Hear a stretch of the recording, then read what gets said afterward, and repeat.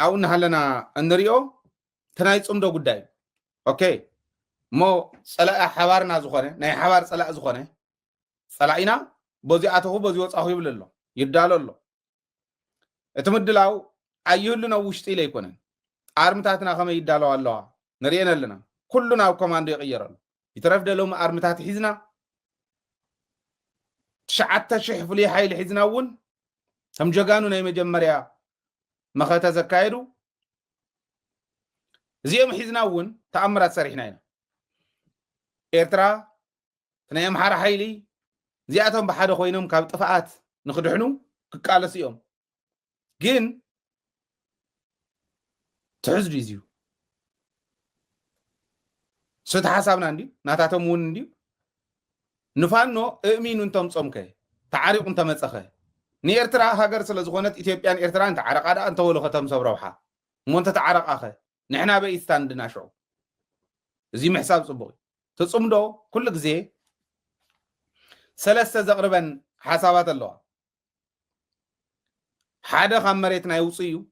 مليهم يوصو مالتي ايوصون سوسنه مالتي يكون مليهم يوصو ايدناغرو تدناغره تግራዋይ ንኽፍጠር ምክንያት ይሆን الله ውጹ ስሩን መሬትና ስለዝኾነ ውጹ ወጽኹም ተጻመዱና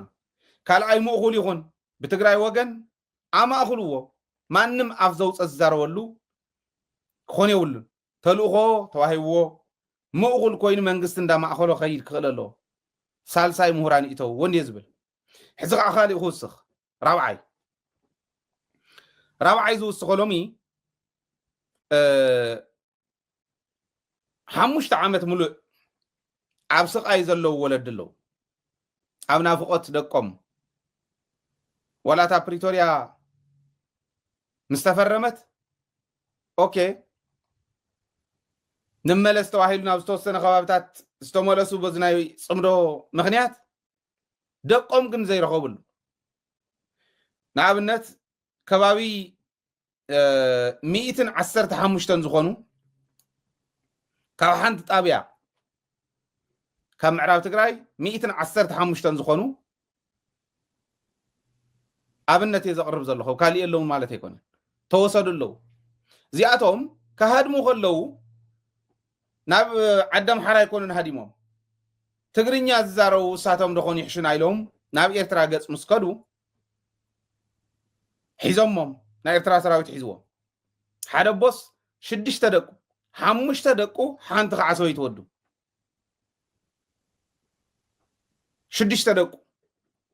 6 እዮም ተዓፈኑ ወቦሎ ኣበይ ከባቢኦም ዘለው እዚኣቶም ኢልና ክንጽንዕ ከለና እተቦ ባይዘ ወይ ተጋዳላይ እሱ ኣብቲ ቃልሲ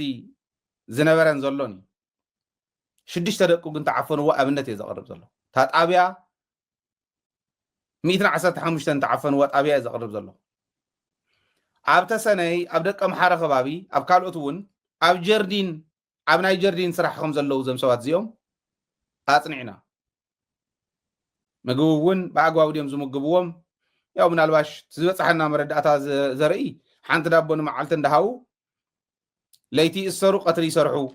ኣብ ናይ ጀርዲን ስራሕቲ ኣዋፊሮሞም ኣለው እዩ እዚ እንድሕር ናይ ብሓቂ ልባው እንተኮይኑ ጽምዶና ኣብ ኤርትራ ዘለው ተጨወዩ ብምልኦም ክምለሱ ኣለዎ ኣብ ትግራይ እንተሃልዮም ከዓ ክምለሱ ኣለዎም ብርግጽ ትግራይ ከምኡ ጌራ ይሓዘትን መጀመሪኡ እቶም ምሩኻት እንተይተረፈ ሰዲዳቶም እያ ስለዚ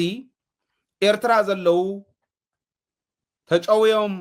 ዝተታሕዙ መናእሰይ ተጋሩ ብጠቕላላ ደቂ ኣንስትዮ ደቂ ተባዕትዮ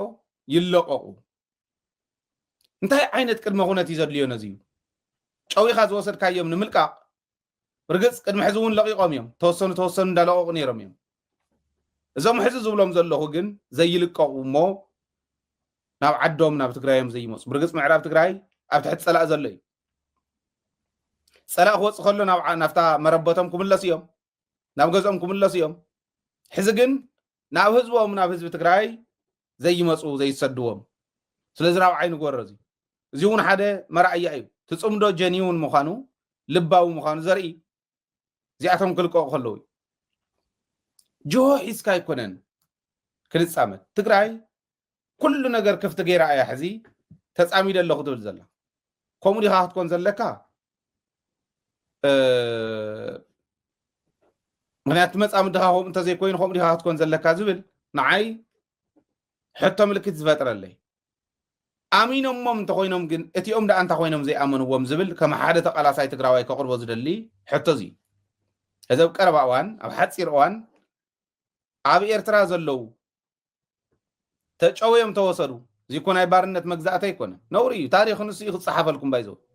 ሰሙያ ታሪክ ሓቃዊ ታሪክ እዮም ዝፅሕፉ ከምኦም ክፅሕፉ ዘለዎ كنصحفو قعينا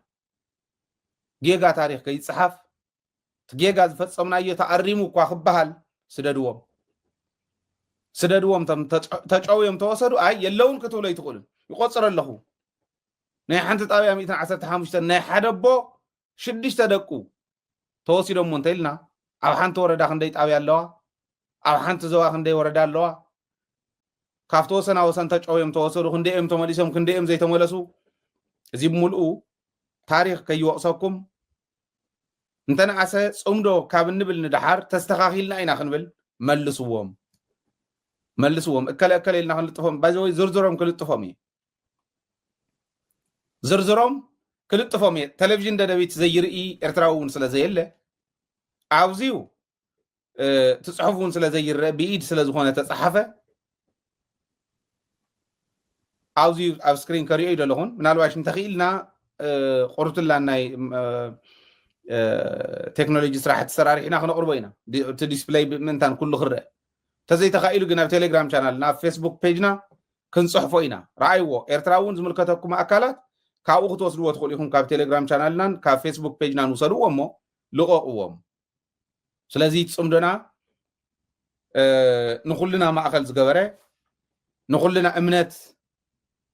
كنحدر زغبره خون خللو تن كل غزي زبلن سلسته بلاس تالوم زولكوا حويسكم اي تصمدنا اندا تطناخره خيز زغبرو